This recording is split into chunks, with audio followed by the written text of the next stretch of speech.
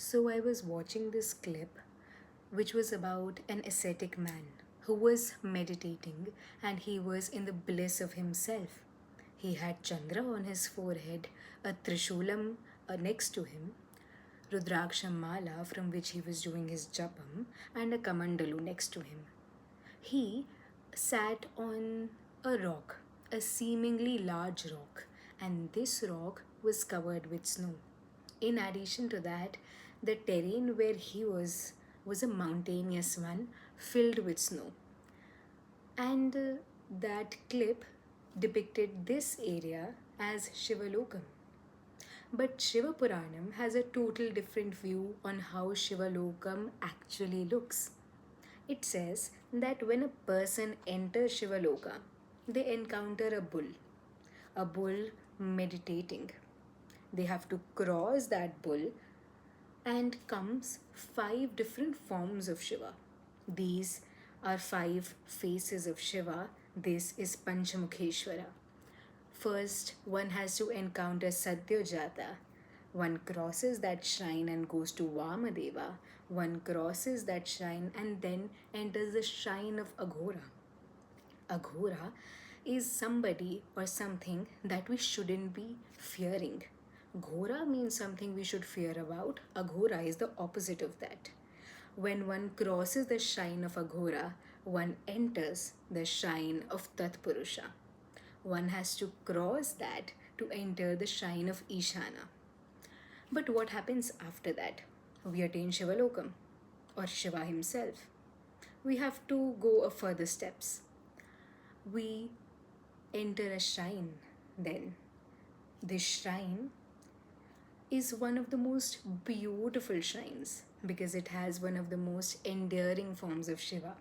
He therein sits with a Chandra on his forehead, a Trishulam, and a Kamandalu. This form is of Chandrasekhara. When one crosses the shrine, then comes a shrine which is one of the most endearing shrines of him. He is not alone there. He is with his Vamabhagam. He sits there with Gauri. So is it a Vigraham or is it a shrine of Parvati Parameshwara? Not really. With them sits a son, a little boy. This boy in Uttara Bharatam is his Jeshtaputra and in Dakshina Bharatam is his younger son. Muruga sits on his lap. One side of Muruga is on him, the other side is on Parvati. This is Somaskanda. When one crosses the shrine of Somaskanda, they enter a beautiful geometrical form. This is the Nitya Mandala. When one crosses Nitya Mandala, one encounters a bull. This bull radiates like 1,000 suns.